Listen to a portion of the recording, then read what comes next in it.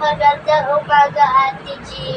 Magandang umaga rin sa'yo, Rain. Pwede ba kitang interviewin tungkol sa mga magagandang lugar dito sa ating bansa? Aba, syempre naman. Pwede mo akong interviewin. Ano ba yung mga tanong na inihanda mo para sa akin?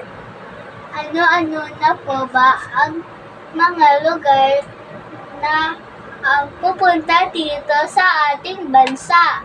Maraming mga lugar na akong napuntahan dito sa ating bansa. Katulad na lang sa Ilocos Norte, Ilocos Sur, Pangasinan, Bicol, Cebu, Boracay, at marami pang iba. Ano po ang pinaka-nagustuhan niyong lugar sa lahat ang iyong napuntahan? Ang pinaka-nagustuhan kong lugar ay sa Boracay dahil sumakay pa kami ng eroplano para makapunta lamang doon sa lugar na yon. Napakagandang tanawin ang aking nakita nung kaming makapunta sa lugar na yon.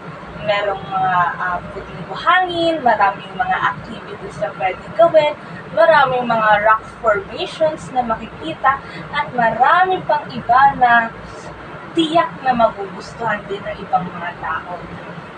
Sa iyong palagay, paano po ba natin mapapanatili ang nakandahan ng tanawin sa ating bansa? Para sa akin, o sa aking palagay rin, mapapanatili natin ang kagandahan ng mga tanawin dito sa ating bansa sa pag-uumpisa ng paggawa ng mga simpleng gawain tulad na lamang ng pagwawalis o pagtatapon ng mga basura sa kanilang tamang lagayan.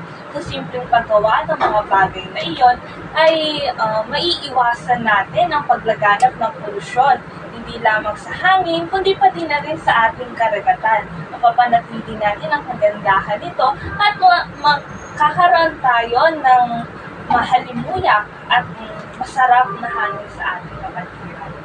Maraming salamat po sa iyong Ate Jean sa pagtunggol sa aking mga katanungan. Bye-bye!